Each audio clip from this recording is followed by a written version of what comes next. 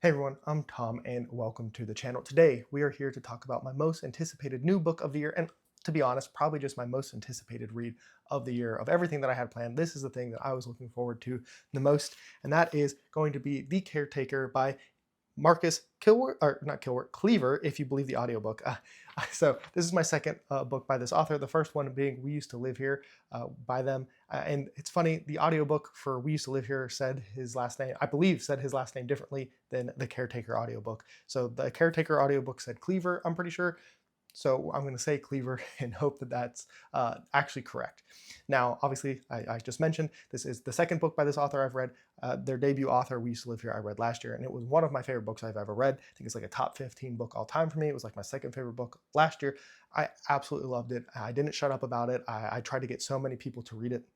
So all of that preamble to say this book had extremely high expectations to try to live up to, and maybe unfair expectations. I do want to say that. Obviously, expectations are a mystery box of sometimes they help things, sometimes they hurt things. You can go into something expecting so much more than you get from it, and even though the product is fine, you wanted so much more, so you feel worse about it. That's not the case here. Thankfully, I can say with plenty of confidence that this is my favorite book that I've read this year so far. Do I like it more than We Used to Live Here? No.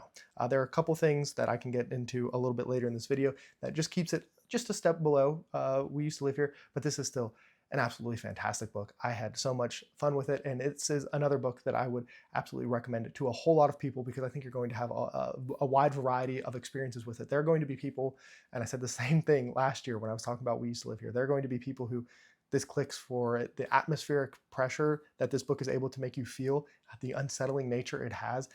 Oh, it just is so beautifully done. It's what I love about this author, what they've been able to do so far.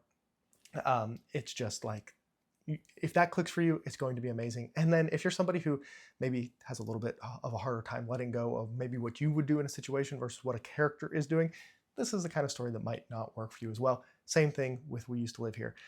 You could feel like the author was present in, but not present in both those books, but you could tell that like, okay, this is a Marcus story, right? And that to me that was great because I just wanted more from what I got in the first book. So a lot of preamble there.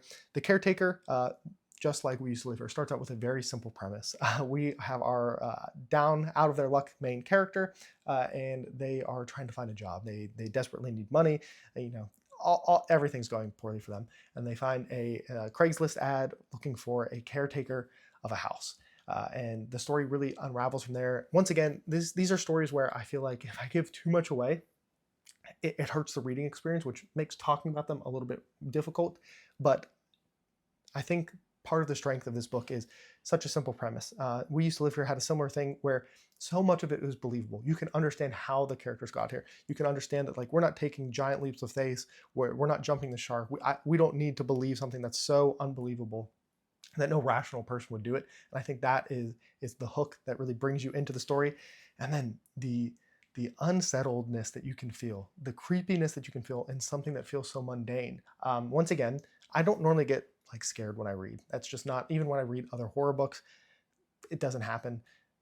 This author is the only one who's really ever been able to make me do it. Like to the point where I didn't read this book when I was home alone because it was just unsettling enough to like walk by a dark room or a door or look down a hallway that didn't have lights on it, to the point where it's just like, I shouldn't be, like, I'm in my own house. I'm here all the time. Like none of this should matter. And yet this book is able to just like make me unsettled enough to not to. I was reading this at one point. I was reading this book at night, and I had to stop because I was like, if I keep reading this, I'm going to scare myself to the point where I'm not going to be able to fall asleep. I'm going to be like making sure the doors aren't opening by themselves or something. And like the fact that this author is able to do that, I think, paints the picture of what these kinds of stories are. Um, I already kind of mentioned this a little bit, but when I compare, and I was going to try not to compare them as much as I am, but I just have to with We Used to Live Here and The Caretaker because there's so many similarities, but they are different. I don't want you to think if you've read one, you have read the other. The stories are different, but that unsettling nature is just like that overarching like feeling you get throughout it. I will say that this story is definitely a little bit faster. This is, I would say We Used to Live Here is a much slower burn than The Caretaker, which I think I enjoyed the more slow burn compared to this one, which is maybe why this one is a little bit further, or is a step down compared to it. It's a little bit faster. Things are moving quicker. So like that'll vary for you and what your personal reading tastes are. This is a little bit faster of a paced story. Things start unraveling faster. I will say that there are, how can I say this without giving anything away? There are some things that our main character has to do in this story to stop the plot from progressing, I guess. And they're such simple tasks that at certain points it was maybe a little frustrating that they weren't able to accomplish those things.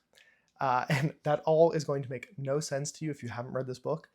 But I do think that they were so mundane that it works in both ways. For me, the first time it happened, it was fine. But as things kept spiraling, I was like, we're really going to fail again. There was a little bit of a repetitiveness of failure, which, I'm trying to nitpick as best I can because I really liked this book. But there was this repetitive nature that towards the end of the book, it was like, okay, I got what's going to happen here because you've shown what your abilities are, and we know what the outcome is going to be based on what you've been able to do. This book, I don't think, is as ambiguous as We Used to Live Here, which, once again, I loved some of the ambiguousness of We Used to Live Here to the point where I think that, is what people either really like or really don't like about that book. I don't think this book is exactly the same. There's hints of that, but not to the same level. And once again, I could see some people, just like with We Used to Live Here, not loving the ending the same way that I do. I think this ending is great. Once again, I thought it was the same thing for We Used to Live Here. Not everybody else thought the same thing. I know some people didn't like, maybe not. I don't even want to say anymore because spoilers. And like I said, I think these books really excel when you know less. So my basic pitch to this is, if you want something that's going to unsettle you, make you look down the hallway and wonder if something's going to pop out and scare you, that really good classic horror movie feel, this is a book for you. We Used to Live Here. I mean, I'm pitching you that one as well. But The Caretaker absolutely delivers on everything that I wanted it to be. I'm so excited there's a short story collection coming. I don't know if I mentioned that already or not. There's a short story collection coming from this author later this year. I will absolutely be reading that as well. Whatever they put out next, I'm going to be reading it. It's crazy to say, like, after 2 books that they're like probably like working their way up my all-time favorite authors list, but they are just what they're able to deliver. I've not ever had another author be able to do in the way that they are. And that is just that unsettling dread, but not in a horrific, the world is ending kind of way, but just in a mundane, creepy kind of way that just works so well. So I just wanted to talk about this book and highlight it because I have enjoyed it so much. If you have read it, I would definitely like to know what you thought of it down below in the comments. If you plan on picking it up, definitely let me know. But that's going to be all for me. And remember to read what you want when you want.